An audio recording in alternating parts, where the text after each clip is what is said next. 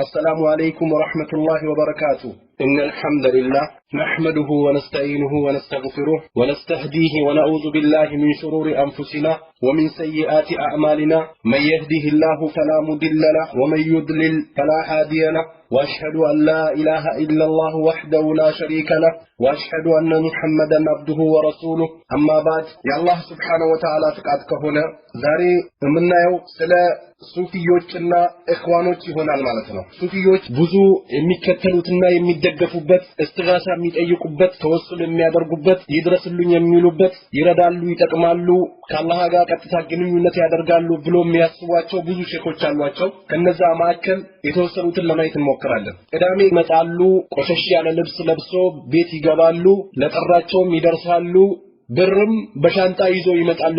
አንዳንድ ቦታ ላይ ሱቅ ነጋዴዎችም በጠዋት ተነስቶ ቅዳሜ ቀን ይከፍታሉ፣ ሱቅ ያጸዳሉ።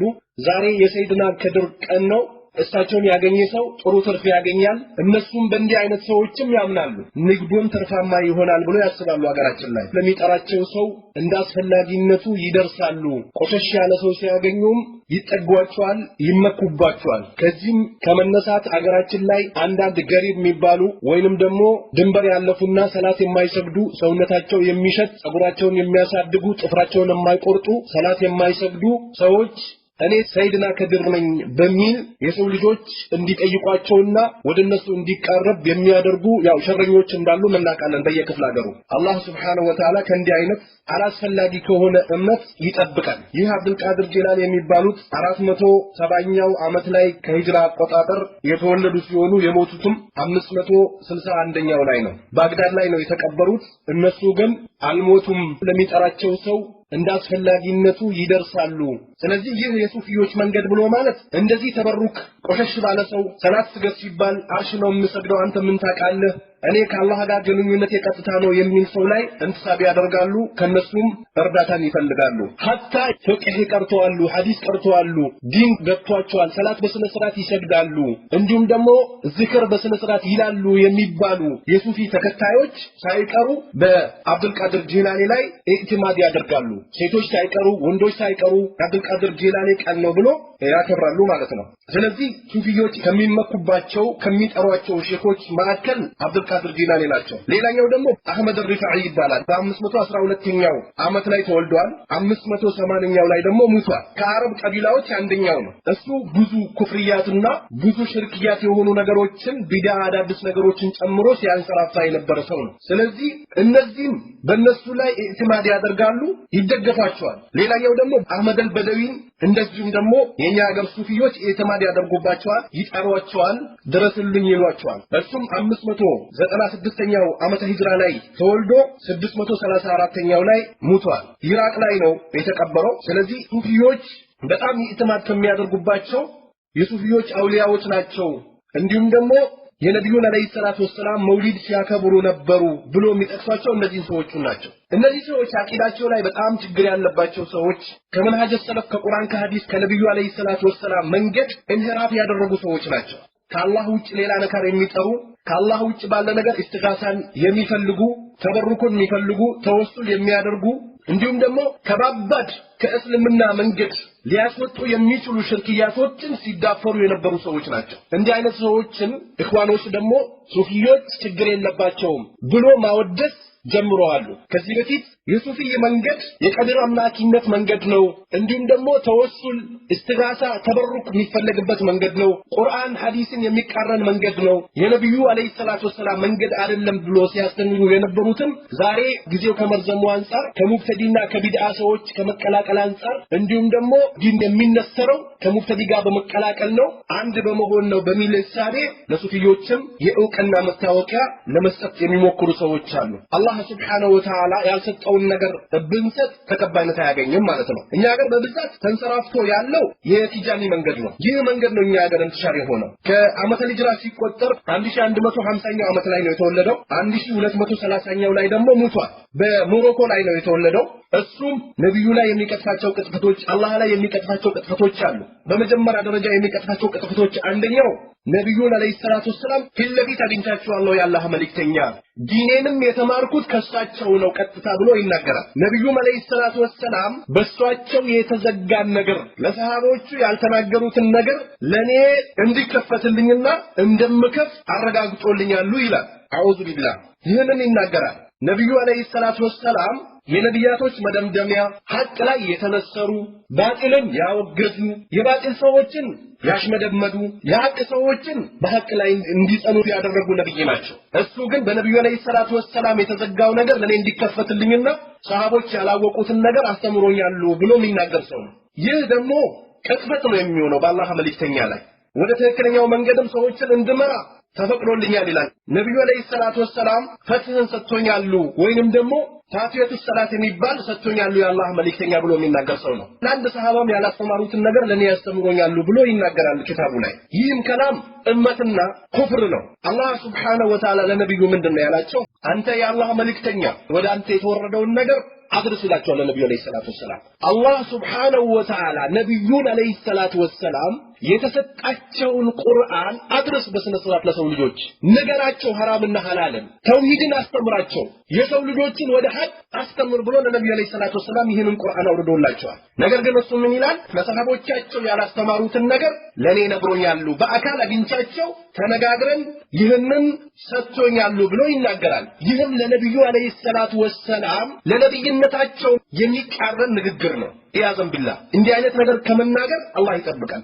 ይህንንም የዘገበው ኪታብ ጀውሃር በሚባል አስቀምጦታል። ሱፊዮች ዘንድ የሚታወቅ ኪታብ ነው። ይህ ኪታብ ላይ ይሄንን ዘግቦ አስቀምጧል። አንድ ጊዜ ይላል እዛው ኪታቡ ላይ ሰላተል ፋቲሃ የሚባል ነገር መስገድ ተዓዲሉ ይላል ኩለ ተስቢህም እያንዳንዱ ዝክርን ትመጥናለች። በከውንም የተገኘ እያንዳንዱ ዝክር፣ እያንዳንዱን ዱዓ፣ እያንዳንዱን ተክቢራ ትንሹንም ይሁን ትልቁንም እንዲሁም ደግሞ ቁርአን 6000 ጊዜ ከማክተም እቺ ነብዩ አለይሂ ሰላቱ ወሰላም ለኔ የነገሩኝን ነገር ማድረግ ይበልጣል ብሎ የሚናገር ሰው ነው። አዑዙ ቢላህ። ይህንንም የዘገበው ኪታቡል ጀውሃር በሚባል 96ኛው ቁጥሩ ላይ አስቀምጦታል። ሱፊዮች እጅ ያለ ኪታብ ነው። ሱፊዮች ማየት የሚችሉት የሚያዩት የሚያነበንሙት በየመውሊዱ የሚቀሩት በየሰላዋት ቤቱ የሚቀሩት በየለቅሶ ቤቱ የሚቀሩት በየመስጂዱ ደግሞ መውሊድ ላይ የሚያጨበጭቡበት ኪታብ ነው። ከቁርአን በኋላ ምን በላጭ ነገር አለ? በአላህ ላይ መዋሸት፣ በነብዩ አለይሂ ሰላቱ ወሰላም መዋሸት፣ ይህ ትልቅ ነገርን ይዞ የሚመጣ ነገር ነው። ነብዩ አለይሂ ሰላቱ ወሰላም መን ከዘበ አለየ ሙተዓሚደን ፈልየተበወዕ መቅዓደሁ ሚነናር። በሌላ አንድ ሺህ ቅጥፈት የቀጠፈ የዋሸብኝ ሰው መቀመጫውን ከጀሃነም ያመቻቻል። አላህ ሱብሓነሁ እነዛ በአላህ ላይ ቅጥፈትን የሚቀጥፉ ሰዎች፣ አላህ ያላለውን ብሏል የሚሉ በአላህ ላይ የሚቀጥፉ ሰዎች ላ ይፍሊሁን ነጃ አይወጡም ይላል አላህ። በዱንያም በአኺራም ነጃ አይወጡም። ትንሽ ነው የሚጠቃቀሙት። አሳማኝ የሆነ ቅጣት ተዘጋጅቶላቸዋል ብሎ አላህ ይናገራል በአላህ ላይ የሚቀጥፉና የሚዋሹ ሰዎች። እንደገናም ደግሞ ኪታቡል ኢፋዳ በፊጃኒዮች ዘንድ የታወቀ ኪታብ ነው። መለም ያዕተቂድ አነሃ አይ ሰላቱል ፋቲሃ ሰላቱል ፋቲሃ ከቁርአን ትበልጣለች ብሎ ያላመነ ሰው ምንዳን አይመነዳም ብሎ ይናገራል። ይህንን ቅጥፈት ተመልከት እንግዲህ ሱብሃንአላህ። ይህ ቦታን ነው። እንደውም ይሄ የሱን ንግግር እሱ ተሰጥቶኛል ብሎ የሚያሰራጨውን ንግግር ከቁርአን ነው ብሎ መናገር ግልጽ የሆነ ኩፍር ነው። አላህ ሱብሓነሁ ወተዓላ ያላወረደውን አውርዷል ብሎ መናገር፣ ያወረደውን አላወረደም ብሎ መናገር፣ የተናገረውን አልተናገረም ብሎ መናገር፣ ያልተናገረውን ተናግሮ ብሎ መናገር፣ ይህ ግልጽ ኩፍር ነው። ጥንቃቄ ልናደርግበት ይገባል። ሌላኛው ቅጥፈቱም ደግሞ እዛው ኪታቡ ላይ ኪታቡል ኢፋዳ በሚባለው 74ኛ ቁጥር ላይ የቂያማ ቀን ለኔ ይቀመጥልኛል ሚንበር ይላል። ምን ኑር የውመል ቂያማ ኑር ከሆነ ሚንበር የቂያማ ቀን ይሰጠኛል። እያንዳንዱ መውቂፍ ላይ ያለው እስኪዘማ ድረስ እጣራለሁ።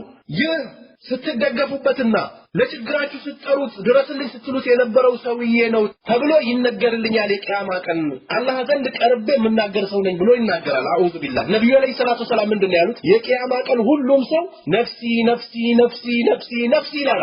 ነብያቶች ሁሉ እንደሚፈሩ የአላህ መልእክተኛ ተናግረዋል። በዛም ቀን እኔ መጥቼ አላህ ዘንድ ስጁድ ወርጄ ከዛ በኋላ አላህ ደግሞ ያ ሙሐመድ ቀናበል ጠይቅ፣ ጥያቄን ትሰጣለህ፣ ሸፋዓንም አድርግ ተቀባይነት ይኖረዋል ተብዬ ከዛ በኋላ ይፈቀድልኛል አሉ አላህ መልእክተኛ። እሱ ግን የቂያማ ቀን ሚንበር ተዘጋጅቶልኝ ተጣሪ ይጣራልኛል፣ ይህ ሰው ዱንያ ላይ ሲተመኩበትና ሲጠሩት የነበረ ሰው ነው ተብዬ እወሳለሁ የሚል ሰው ነው። እንደገና በዛው ኪታቡ ላይ 57ኛው ቁጥር ላይ ምን ይላል? ነሃኒ ረሱሉላህ ሰለላሁ ዐለይሂ ወሰለም አተወጁህ ቢአስማኢላሂል ሁስና በአላህ ባህሪያቶቹ እንዳልጠይቀውና እንዳላወሳው የአላህ መልእክተኛ ከልክሎኛል ይላል። አዑዙ ቢላህ ወአመረኒ እንደዚህም ደግሞ የአላህ መልእክተኛ አዘዙኝ ይላል። ቢተወጁህ በመቀጣጨት አዘዙኝ ይላል። ቢሰላት الفاتحه ሰላት الفاتحه ላይ ትኩረት እንዳደርግና በዛ እንድጸና አዘዙኝ ይላል። የአላህ መልእክተኛ አለይሂ ሰላቱ ወሰለም እንዲህ ብሎኛል ብሎ በአላህ መልእክተኛ ላይ ይቀጥፋል። ይህ ትልቅ ቅጥፈትና ትልቅ ኩፍር ነው። ነብዩ አለይሂ ሰላቱ ወሰለም እንዴት ከቁርአን ይከለክላሉ? መናምስ ለሸሪዓ ይጠቅማል? ነብዩ አለይሂ ሰላቱ ወሰለም መናሙኩም ወህዩኩም ያሉት እኮ አንደኛው ጥሩን ነገር ካየ በስራት ነው፣ መጥፎን ነገር ካየ ካለህበት ነገር እንድትጠነቀቅና ተውበት እንድታደርግ ነው። ነገር ግን መናም ለሁክም አይሆንም። ይሄ حرام ነው፣ ይሄ ሐላል ነው፣ ይሄንን ስራ ይሄንን አትስራ ለሚባል ነገር አይሆንም። እያንዳንዱ ፍርቃ አሁን ከመንሃጅ ሰለፍ ከቁርአን ከሐዲስ የወጡ ሰዎች የመንሃጅ ሰለፍን የማይከተሉ ሰዎች ዲናቸውን የሚገነቡት በመናም በመውዱዕ ሐዲሶች በደይፍ ሐዲሶች እንዲተባልኩኝ እንዲያየው በሚል ነው የሚገነቡት። ስለዚህ ልንጠነቀቅና አላህን ልንፈራ ይገባል። የዚህ ሰው የመዝሐብ የሚከተሉ ሰዎች እንዴት ነው ከአህለ ሱናው እስከ አንድ ናቸው ብለን የምናስተዋውቀው? አላህን ልንፈራ ይገባል። አላህ Subhanahu Wa Ta'ala ምን ይላል ቁርአኑ ላይ? ውብ የሆኑ ስሞች አሉት፣ በሷም ጥሩት።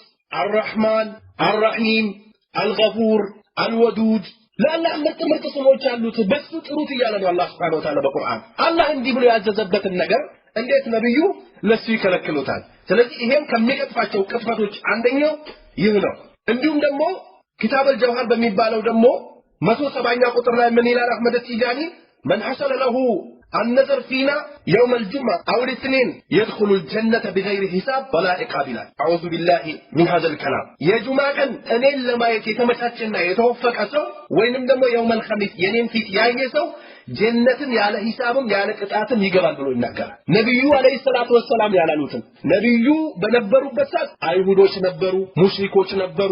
ነብዩ አለይሂ ሰላቱ ወሰለም በማየት ጀነት የሚገባ ቢሆን ኖሮ እነዚህ ሰዎች ጀነት ይገቡ ነበር። ነገር ግን ነብዩ አለይሂ ሰላቱ ወሰለም ከነዚህ ሰዎች ጋር ነው ሲታገሉ የነበሩት። ጥሩ ደረጃ የሚያገኘው ነብዩን አለይሂ ሰላቱ ወሰለም በመከተል እንጂ በማየት አይደለም። ስለዚህ እሱ እንደዚህ ብሎ ይናገራል። ይህም ትልቅ የሆነ ቅጥፈትና ቡህታን ነው። ካፊሩን ካን ቢሆን አላህ የመጨረሻ ዳሜው ያደርግለታል፣ ኢማንን ይወፍቀዋል እኔን በማየት ብሎ ነው የሚናገረው። አውዙ ቢላህ። ስለዚህ አላህን ፈርተን ከዚህ መንሃጅ ልናስጠነቅቅና ባለማወቅ እሱን የሚከተሉ ሰዎች ግልጽ ልናደርግላቸው አላህ Subhanahu Wa Ta'ala ቁርአኑ ላይ እንዲህ ይላል፣ ነብዩ አለይሂ ሰላቱ ወሰለም እንዲህ ብለዋል፣ ሰሃቦች እንዲህ ሲሰሩ ነበር ብለን ማስተማር ሲኖርብን ከነሱ ጋር ሄዶ ተቀላቅሎ የነሱ መንሃጅ ትክክል ነው ብለን መናገር ይህ ቅጥፈትና ትልቅ ቡህታን ነው። በሱፊዮች ዙሪያ የተዘጋጁ ክታቦች አሉ። ያንን ክታብ ማንበብ ማየት እንችላለን። መሸወድ የለብንም። ሱፊዮች ባህሪ በጣም ብዙ ባህሪ ነው። እሳት ላይ የሚጣድና ከሰል ላይ የሚነድ ጀበና ላይ ኢትማድ ያደርጋሉ።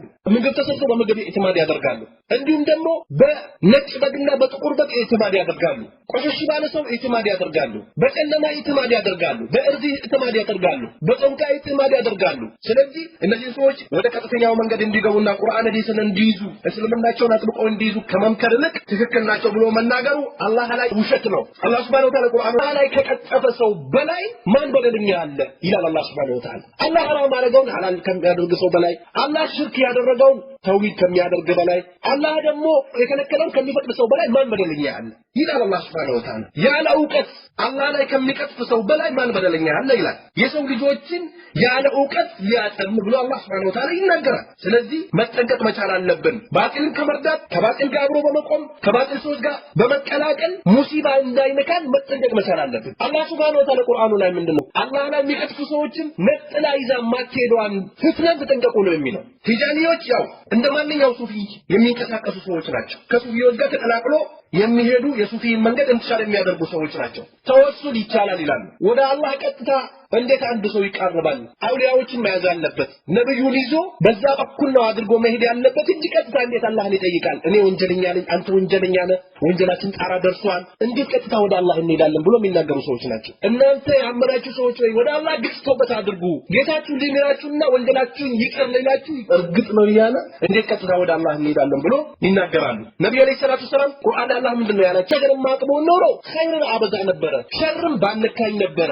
እኔ እንደናንተ ሰው ነኝ አስጠንቃቂና አበሳሪ ቢሆን እንጂ ብሎ አላህ ቁርአን ላይ ይናገራል ስለ ነብዩ አለይሂ ሰላቱ ወሰለም። ስለዚህ በነብዩ አለይሂ ሰላቱ ወሰለም በዛታቸው ተወሱል ማድረግ ይቻላል ይላሉ። ጥሩ የሚባሉ የአላህ ባሪያዎች ላይ ተወሱል ማድረግ ኢዕቲማድ ማድረግ ይቻላል ይላሉ። ከነዚህ ሼኾቻቸው ውስጥ ደግሞ አብዱልቃድር ጂላኒ ላይ ተወሱል ማድረግ ይችላል ይላሉ። አህመድ ቲጃኒም ላይ ተወሱል በዛቱ ማድረግ ይቻላል ይላሉ።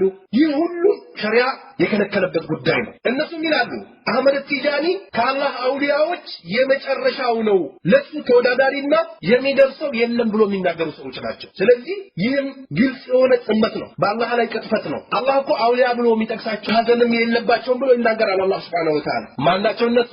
እነዚያ በአላህ ላይ የሚያምኑ አላህንም የሚፈሩ ሰዎች ናቸው የአላህ አውሊያዎች ብሎ ማለት። የአላህ ወዳጅ ብሎ ማለት አላህ ያዘዛቸውን የሚፈሩ ሰዎች ናቸው እንጂ ቆሸሽ ያለ ልብስ የለበሱ ሰላት አርሽ ላይ ነው የምንሰግደው የሚሉ ጸጉራቸውን አዝሞ የሚሄዱ ሰውነታቸው የሚሸት በየመንገዱ የሚተኙ መጋረጃ ጋርዶ እኔ አቅልሃለሁ የሚሉ እኔን ጠይቀኝ ለችግር ይደርስልሃለሁ የሚሉ እኮ አይደለም የአላህ ወልዮች። እንደዚህማ የአላህ ወልዮች ሳይሆን የሸይጣን ወልዮች ናቸው። ሰዎችን ወደ እነሱ አምልኮ የሚጠሩ ሰዎች ናቸው፣ የሸይጣን ወልዮች ናቸው። ስለዚህ ልንጠነቀቅ ይገባል። አላህ የኔ ወዳጆች ብሎ ማለት እነዛ አምኖ የሚፈሩኝ ናቸው ብሎ ነው የሚናገረው። ለዚህ ነገር መፍትሄው ምንድነው? ወደ ቁርአን፣ ወደ ሐዲስ፣ ወደ ሰሃቦች መንገድ መመለስ ብቻ ነው ውጤታማ የሚያደርገን። ለከላህ Subhanahu Wa Ta'ala አንድ ሁኑ፣ እንዳትለያዩ። መለያየት ረህመት ነው ይላሉ ኢኽዋኖች። አላህ ግን መለያየታችሁ ውርደትን ይዞባችሁ ይመጣል፣ ከመለያየት ደግሞ አይወከዱም አላህ ያዘነላቸው ሰዎች ሲቀሩ ብሎ አላህ ቁርአን ላይ ይናገራል። መውዱ የሆኑ ሐዲሶችን እያመጡ እክትላፉ ኡመቲ ረህመቲ ብሎ ይናገራሉ። መለያየት በላ ሙሲባን የሚያመጣ ጉዳይ ነው። ስለዚህ አላህ አንድ ሁኑ ይላል። ወላ ተፈረቁ፣ እንዳትለያዩ። ወዝኩሩ፣ አስታውሱ ኒዕመተላህ የአላህ ጸጋ አለይኩም በእናንተ ላይ የዋለውን ጸጋ አስታውሱ። እስኩንቱም አዕዳአን ጠላት በነበራችሁበት ሰዓት አውስና ኸዝረጅ ጠላት ነበሩ። ነብዩ አለይሂ ሰላቱ ሰላም ከመምጣታቸው በፊት ለረጅም ዓመታት ሲገዳደሉ ገንዘባቸውን ሲቀማሙ ቆይቶ ነበር። አላህ ግን እስልምናን አምጥቶ ያንን ጠላትነታችሁን አስወግዶት ታለፈ በይነ ቁሉቢኩም በመሐከላችሁ ቀልባችሁን አንድ አደረገው። ታሉፍን ሰጣችሁ። ታስበህቱም ቢኒዕመቲሂ ኢኽዋና በአላህ ኒዕማና ጸጋ ወንድማማቾች ሆናችሁ አነጋችሁ ይላል አላህ Subhanahu Wa Ta'ala። ወኩንቱም አላ ሸፋ ሁፍረቲን ሚነናር ተለያይታችሁ ጠላት ሆናችሁ ስትጨቃጨቁ ጀሃነም ዳርዳርቻ ነበራችሁ። ታንቀዘኩም ሚንሃ ከዛች ነፃ ወጣችሁ። ከዛሊከ ዩበይኑላሁ ለኩም አያቲሂ ለአለኩም ተህተዱን። ልክ እንደዚህ አላህ አንቀጹን ያብራራላችኋል እንድትመሩ ዘንድ ይላል አላህ Subhanahu Wa Ta'ala። ስለዚህ ከተለያየ ንግድ አንተም ያንተን ይዘህ ሂድ፣ እኔም የኔን ይዤ ልሂድ፣ አንተም ባለህበት እኔም ባለሁበት መባል ሳይሆን ወደ ቁርአን ወደ ሐዲስ መጥቶ አንድ መሆኑን ነው አላህ Subhanahu Wa Ta'ala እያወደሰው ያለው። መንሀጅ ሰለፍ ላይ ከተሆነ አንድ መሆን የሚፈለግ ነው፣ መለያየት ደግሞ የሚጠላ ነው። ስለዚህ መለያየትም ችግር የለውም፣ ሁሉም ባለበት ነተፍቁ ፊ መተፈቅና አለይ ወያዝሩ ባዕዱና ባዕደን ፊ መክተለፍና ፊህ እያሉ ኢኽዋኖች ቃይዳቸውን እንድትሻር ያደርጋሉ። በተስማማንበት እንስማማለን፣ በተለያየንበት ጉዳይ ደግሞ ኡዙር ተሰጣተን እንሄዳለን ይላሉ። ነገሩ እነሱ ካገኙት ሰው ጋር መስማማት ነው። ሐቅ ላይ ማዘዝ የለ፣ መጥፎ ላይ መከልከል የለ፣ ካገኙት ሰው ጋር በቃ መስማማት ነው የነሱ ስራቸው በሄዱበት። ሐታ ዑለማዎች ልክ እንደሚሉት ማለት ነው እነሱ መስማማት እንኳን ቢችሉ ከሸይጣን ጋር ስምምነት ይፈጥራሉ ነው የሚሉት። አንድነት የሚመጣው በቁርአን በሐዲስ በመንሀጅ ሰለፍ ብቻ፣ ሌላ አማራጭ የለም። ልክ ነብዩ አለይሂ ሰላቱ ወሰላም እንዳሉት አለይኩም ቢሱነቲ ወሱነቱል ኹለፋኢ ራሺዲን አልመህዲይን ሚን ባዕዲ ተመሰኩ ቢሃ ወአዱ አለይሃ ቢነዋጅስ። በእኔ ሱና አደራችሁ የአቡበክር፣ የዑመር፣ የዑስማን፣ የአልይን መንገድ አጥብቃችሁ በመያዝ አደራችሁ ነው። ለምን? እነሱ ስሜታቸውን አይከተሉም። እነሱ ሐቅን ከመናገር ቁርአን ሐዲስን ከማስተላለፍ ውጭ ስሜታቸውን እንዲሻር ስለማያደርጉ የእነሱን መንገድን በመያዝ አደራችሁ ነው። አላህ ቆጥቶ ሌሎቹን የሚወጡ አካላቶች ካመኑ በእርግጥ ተመርተዋል። ወይም ተወለው ዞር ካሉ ስሜታቸውን ከተከተሉ ከአካባቢ ጋር አብሮ አይሄድም፣ በአካባቢነት አንገባ፣ ጊዜው የታህጅር ጊዜ አይደለም፣ ጊዜው ሰዎች ላይ የምንናገርበት ጊዜ አይደለም፣ አንድነት አስፈላጊ የሆነበት ዋጅብ የሆነበት ጊዜ ነው። ስለዚህ ማንም መነካካት የለበትም፣ መውሊድን ማውገዝ የለብንም፣ ሽርክን ማውገዝ የለብንም፣ አብሬትን ማውገዝ የለብንም፣ ቃጥባሬን ማውገዝ የለብንም፣ አንድ እንሁን፣ ይህ ወደፊት የሚደረስበት ጉዳይ ነው፣ አንገብጋቢ አይደለም ብሎ የሚናገሩ ሰዎች አላህ ዱንያም ላይ ውርደትን ያቀምሳቸዋል፣ ነስርን አያገኙም። ነስር የሚገኘው ቁርአን ሐዲስን መናጀ ሰለፍን በመያዝ እንጂ ቢድዓን በመጨመር ከሙብተዲ ጋር አንድ በመሆን አይደለም። አላህ Subhanahu Wa Ta'ala ምን ይላል?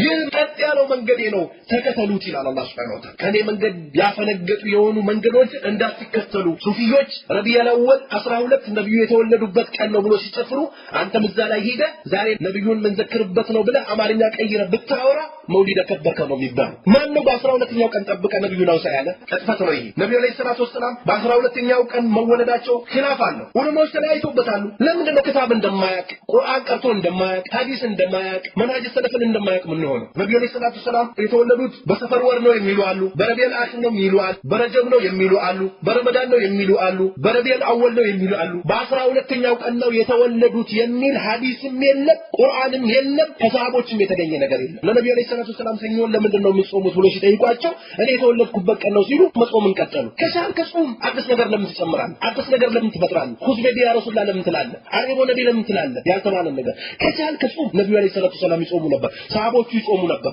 በወር 3 ቀን ይጾም አለ። ከቻልክ አንድ ቀን ጾሙ፣ አንድ ቀን ማፍጠር አለ። ይህንን ማድረግ ሲያቀተን አመትን ጠብቆ መደለቅና መጨፈር ነብዩን የምናወሳበት ቀን ነው ብሎ ማለት ይህ ቅጥፈት ነው የሚሆነው። ሰሃቦችም አላከበሩትም፣ ታቢዮችም አላከበሩትም፣ ትላልቅ አሊሞችም አላከበሩትም። በጣም የሚገርመው የኛ ሀገር ሱፊዮች የሆነ ቦታ ላይ ሲፈልጉ ኢማሙ ሻፊዒን ደሊል ያደርጋሉ፣ የሆነ ቦታ ላይ ደግሞ ሲፈልጉ ቁርአን ደሊል ያደርጋሉ፣ የሆነ ቦታ ሲፈልጉ ደግሞ ሐዲስን ደሊል ያደርጋሉ፣ የሆነ ቦታ ሲፈልጉ ደግሞ አህመድ ቲጃኒን ደሊል ያደርጋሉ፣ የሆነ ቦታ ሲፈልጉ ደግሞ አህመድ አልበደዊ ደሊል ያደርጋሉ፣ የሆነ ቦታ ሲፈልጉ ደግሞ አብዱል ቃድር ጂላኒን ደሊል ያደርጋሉ። አቤት እናንተ ደሊል ተቆጥሮ አልቅም። እናንተ ደሊል የሚሆነው ቁርአንና ሐዲስ በሰሃቦች ግንዛቤ ብቻ ነው፣ ሌላ የለም። ይህንን ነው ለህዝቡ ማስተማር ያለብን። አላህ ሱብሓነሁ ወተዓላ ምንድነው አጋሪና ባላንጣላቸውን ሸሪዓን የሚያውጁላቸውና የሚደነግጉላቸው አላህ ያልፈቀደውን ነገር ብሎ እኮ ነው የሚናገረው አላህ ሱብሓነሁ ወተዓላ። ነብዩ ሰለላሁ ዐለይሂ ወሰለም በብዙ ሐዲሳቸው ቢድዓን አስጠንቅቀዋል። ይህንን ሐዲስ እንዳላየና እንዳልሰማ ከጀርባችን ጥለን ሂደን ከሙብተዲ ጋር መቀላቀል ውርደት ነው። መቼውንም ነስር እናመጣው። ነስር የሚመጣው የነብዩን ሰለላሁ ዐለይሂ ወሰለም መንገድ ስንከተል ብቻ ነው፣ ሌላ የለም። ቃለ ረሱሉላህ ሰለላሁ ዐለይሂ ወሰለም ያላህ መልእክተኛ አሉ መን አህደተ ፊ አምሪና ሃዛ ማ ለይሰ ሚንሁ ፈሁወ ረዱና ሙተፈቁን ዐለይህ። በዚህ ዲናችን አዲስ ነገር የጨመረ እሱ ተቀባይነት የለውም አሉ ያላህ መልእክተኛ ሙተፈቅ በሆነ ሐዲስ። በሌላም ዘገባ ምን አሉ ነብዩ ሰለላሁ ዐለይሂ ወሰለም መን አሚለ ዐመለን ለይሰ ዐለይሂ አምሩና ፈሁወ ረዱ። ስሩት የሚል ትእዛዝ የሌለበትን ስራ የሰራ ሰው የቀጠፈ ሰው ስራው ተመላሽ ነው አሉ ነብዩ ሰለላሁ ዐለይሂ ወሰለም። በሌላ ሐዲሳቸው ምንድነው ያሉት ያላህ መልእክተኛ ኢያኩም ወሙህደሳቲል ኡሙር አዳዲስ መጤ የሆኑ ነገሮችን ተጠንቀቁ አደራችሁናል። ፈኢነ ኩለ ሙህደሰቲን ቢድዓ እያንዳንዱ አዲስ ነገር ቢድዓ ነው።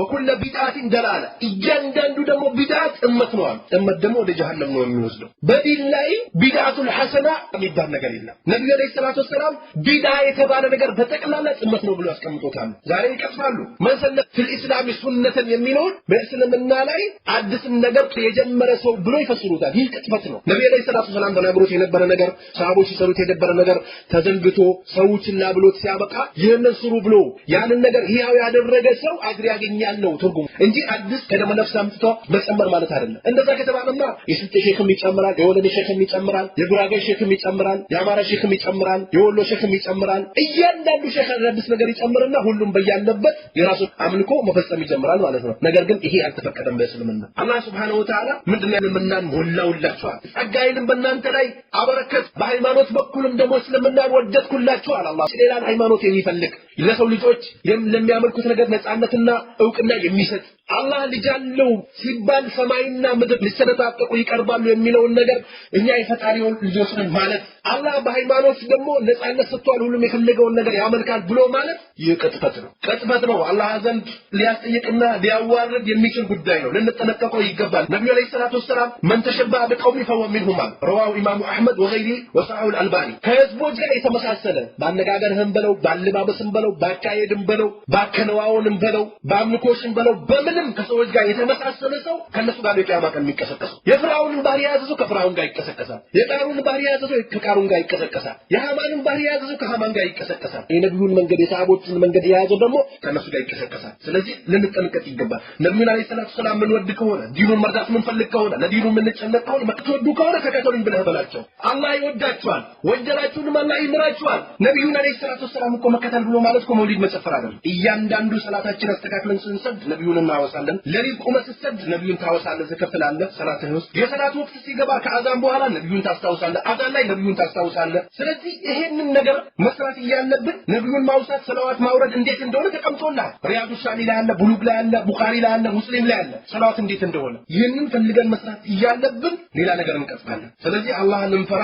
ለሰው ሐቅ ልንነግረውና ሐቅ ልናስተምረው ይገባል። ሰዎችም ደግሞ እኛ ለምንድነው የምንደናበረው? ዛሬ አንተ ኡስታዝ አቂዳ መንሐጅ ሰለፍ ሱና ሲል ቆይቶ ነገ ስንሸራተት አብረን እንሸራተታለን። እሱ የገባበት ጉድጓድ ልግባ፣ እሱ ጀሃነም ከገባ ተከትየው ልግባ ትላለህ። አውዝ ቢላህ። ይሄ እኮ እስልምናን የማወቅና ሸሪዓን የመገንዘብ እኮ ባህሪ ያለ። እኛ ደግሞ አንድን ሰው በመቀደስ ደረጃውን ከፍ በማድረግ በሄድንበት ሁላ የእሱን ስም በማውሳትና እሱን በማዋደስ አልታዘዝንም። ቁርአን ሐዲስ በመያዝ መንሐጅ ሰለፍን በመያዝ መንሐጅ ሰለፍን እንተሻር በማድረግ እንጂ ዛሬ አንተ ሱናን ሲያስተምር ነበር ከሙብተዲ ጋር ሲቀላቀል ደግሞ እሱ ጀሃነም ከገባ አብሬው ልግባ፣ እሱ ገብቶት ነው፣ እሱ ሲስተሙ ስለሚያውቅ ነው፣ እሱ ደሩራ መሆኑን ስለተረዳው ነው፣ እሱ እኮ ማለት ኢጃዛ አለው፣ እሱ ብሎ ማለት እንዲህ ዓመት ነው የቀራው፣ እሱ ማለት እንዲህ ነው የተማረው እያልክ ሰው ላይ ተልቢስ አታድርግ። በመማር በመቅራት ከሆነማ ብዙ ሰዎች እኮ ከልጅነታቸው እስከ ሞተነታቸው ድረስ ቅራት ላይ ነው የሚሉት። ነገር ግን ሽርክና ኩፍርን የሚያንሰራፉ ሰዎች ናቸው። ባጢል ለሚሰሩ ሰዎች፣ ወደ ባጢል ላዘነበሉ ሰዎች ዲፋዕ ልናደርግ አይገባም። አላህ የሚገባን ቅጣት ይሰጠናል። ተልቢስ ማድረግ የለብንም። ባጢልን ሐቅ ለማስመሰል መሮጥ የለብንም። በየክፍለ ሀገሩ በየከተማው በየቤቱ እየዞርን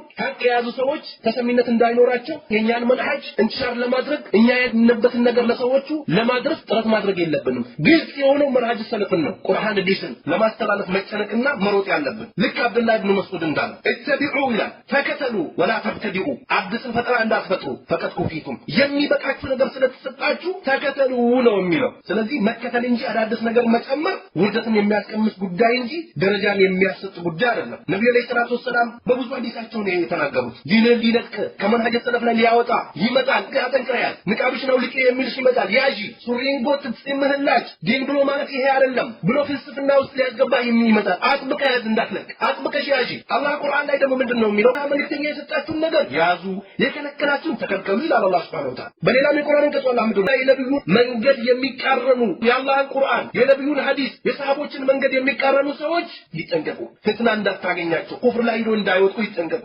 የቂያማ ቀን ጀሃነም እንዳይበላቸው ይጠንቀቁ ነው የሚለው አላህ ሱብሓነሁ ወተዓላ። በሌላም የቁርአን አንቀጽ እናንተ በነብዩ አለይሂ ሰላቱ ወሰላም ጥሩ ቁድዋ አላችሁ እያለ ነው። አላህን ለሚከጅል ሰው የቂያማ ቀን አላህ ዘንድ ቀርባለሁ ብሎ ለሚፈራ ሰው ጥሩ አርአያ ተደርጎለታል ነው የሚለው አላህ ሱብሓነሁ ወተዓላ። እንዲሁም ሰዎች እነሱንም በጥሩ የተከተሏቸው አላህ ወዶ ተቀበላቸው፣ እነሱን ካላህ ወደዱ ጀነትንም ከታቿ አራት ወንዞች የሚፈሱባቸውን ጀነት አዘጋጀላቸው፣ በዛም ላይ ዘውታሪዎች ናቸው። ይህ ትልቅ ዕድል ነው ይላል አላህ ሱብሓነሁ ወተዓላ።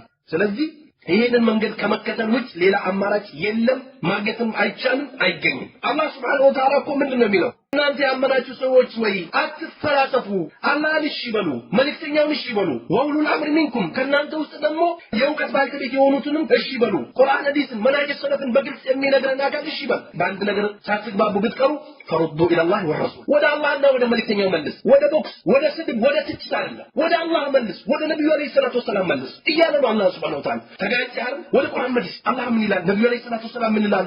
ሰሃቦች እንዴት ተገነዘቡት? ታቢዮች እንዴት ሲሰሩበት ነበረ?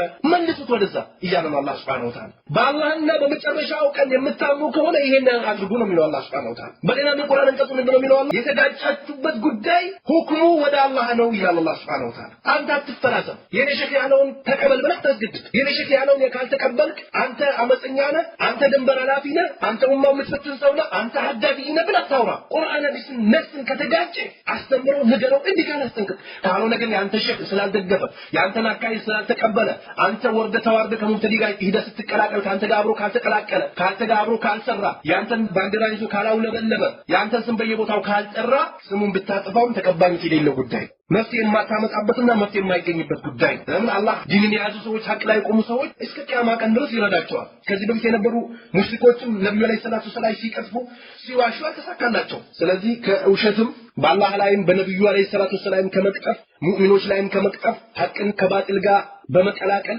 ባጢልን ይዞ ለባጢል ከመሞገትና ከመፎከር ልንጠነቀቅ ይገባል። ሁላችንም ወደ ቁርአን ወደ ሐዲስ ወደ መንሐጅ ሰለፍ መተን አንድ ነው መሆን ያለብን። ቁርአን ሐዲስ መንሐጅ ሰለፍ ካልሆነ ሌላ ነገር አንድ ሊያደርገን አይችልም አበደን። ኡማውን ደግሞ ልናስተምረው ይገባል። ስለዚህ እያንዳንዳችን ወደ ቁርአን ወደ ሐዲስ ተመልሰን ቁርአን ሐዲስን ይፋ ማድረግ እንጂ ቡድንን የመላይ ለማድረግ መሞከር ሳይሆን የሚጠቅመው መስራትና ሐቅ ላይ መስራት ነው። እኔ እንዲህ ዓመት ነው የቀራሁት፣ እኔ እንደዚህ ነው፣ እኔ እንደዚህ ወረቀት አለኝ፣ እኔ እንደዚህ ኢጃዛ አለኝ፣ ኢጃዛ የሌለ ሰው ማስተማር አይችልም፣ ኢጃዛ የሌለው ሰው ብሎ እንደዚህ ማጣጣልና መተቸት መተቻቸት ሳይሆን ሐቅ ላይ መስራት፣ ያወቁትን ሐቅ ማስተማር፣ ሌሎችን የሚያስተምሩት ሐቅ ከሆነ መቀበል፣ ሐቅን መደገፍ፣ ከሐቅ ሰዎች ጋር መቆም፣ ሐቅ ላይ መቆም እንጂ ማጭበርበርና መዋሸት አላህ ዘንድ ነጃ አያወጣም። አላህን ልንፈራ ይገባል። ሐቅ ላይ ልንጸና ይገባል። ሐቅ ላይ ከሚጸኑትና አላህን ከሚፈሩ ሰዎች አላህ ያደርገን። ከባጥል ሰዎችም አላህ ይጠብቀን። ከሸራቸው እኛንም ሙስሊሞችንም ከነሱ ሸር አላህ ይጠብቅ። ሂዳያ ይስጣቸው። ካልሆነ ደግሞ ኡማው ላይ ተልቢስ የሚያደርጉትና ኡማውን ከትክክለኛው መንገድ እንዲያፈነግጥና የቁርአን ሐዲስን መንገድ ለቆ እንዲወጣ የሚያደርጉ ሰዎችን አላህ የሚገባቸውን ይክፈላቸው። በሰማነው የምንጠቀም አላህ ያደርገን። ወቢላሂ ተውፊቅ ወሰላሙ አለይኩም ወራህመቱላሂ ወበረካቱ።